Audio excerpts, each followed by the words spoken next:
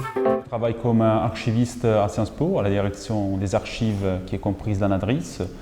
Et je me suis rapproché aux sciences ouvertes dans le cadre de ma mission qui a été réalisée grâce à un financement IDEX, donc fourni par la région Île-de-France, et qui avait comme finalité de promouvoir la conservation et la valorisation des archives des enquêtes des chercheurs. Concrètement, je m'adresse aux chercheurs d'un laboratoire très spécifique qui s'appelle Cripolis et qui est un laboratoire de l'université Paris-Cité.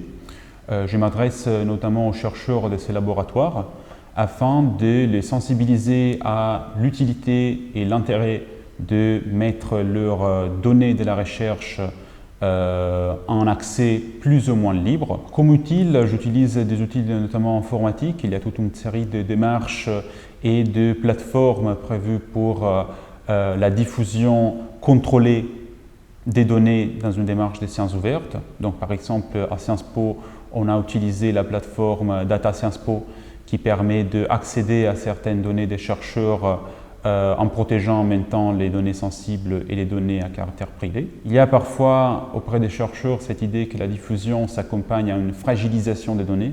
En fait, c'est tout à fait le contraire.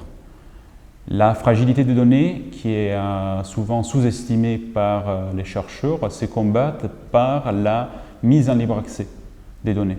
Ce qui permet une circulation, ce qui permet une valorisation, ce qui permet aussi l'entrée de ces données dans un circuit de conservation qui est déjà codifié, qui est déjà, disons, encadré par l'État, par des projets en sciences ouvertes qui ont été lancés à partir de 2018.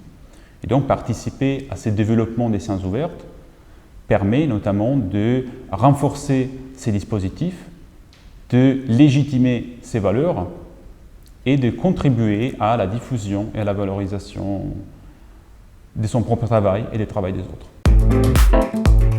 Sciences Po.